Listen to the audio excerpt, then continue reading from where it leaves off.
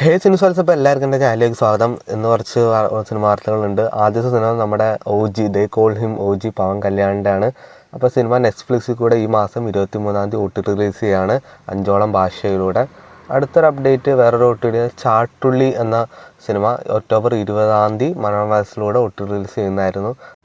അടുത്ത 2 OTT വാർത്തകൾ നമ്മുടെ സൺ നെക്സ്റ്റ് കൂടെ ഒക്ടോബർ 24-ാം തീയതി ജംബോ സർക്കസ് എന്ന സിനിമ, ഒരു കന്നഡ സിനിമയാണ്, OTT റിലീസ് ചെയ്യുന്നുണ്ട്. അതുപോലെ തന്നെ ബ്ലാക്ക് മെയിൽ എന്ന് പറയുന്ന തമിഴ് ചിത്രം ഒക്ടോബർ 30-ാം തീയതി OTT റിലീസ് ചെയ്യുന്നുണ്ട്.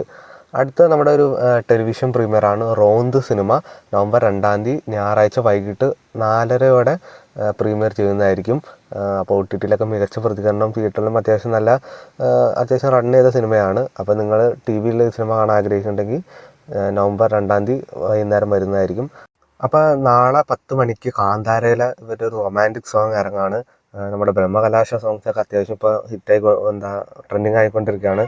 അപ്പോൾ അതുപോലെ തന്നെ ഈ പാട്ടും അത്യാവശ്യം നല്ലൊരു പാട്ട് തന്നെയാണ്. അപ്പോൾ നമുക്ക് എന്തായാലും സോങ്ങിന് വേണ്ടി വെയിറ്റ് ചെയ്യാം. നമ്മുടെ ധ്യാൻ ശ്രീനിവാസൻ്റെ ഭീഷ്മർ എന്ന സിനിമയുടെ ഒരു പോസ്റ്റർ വന്നിട്ടുണ്ട് ദീപാവലി പ്രമാണിച്ച്. അത്യാവശ്യം കുഴപ്പമില്ലാത്തൊരു പോസ്റ്റർ തന്നെയാണ്.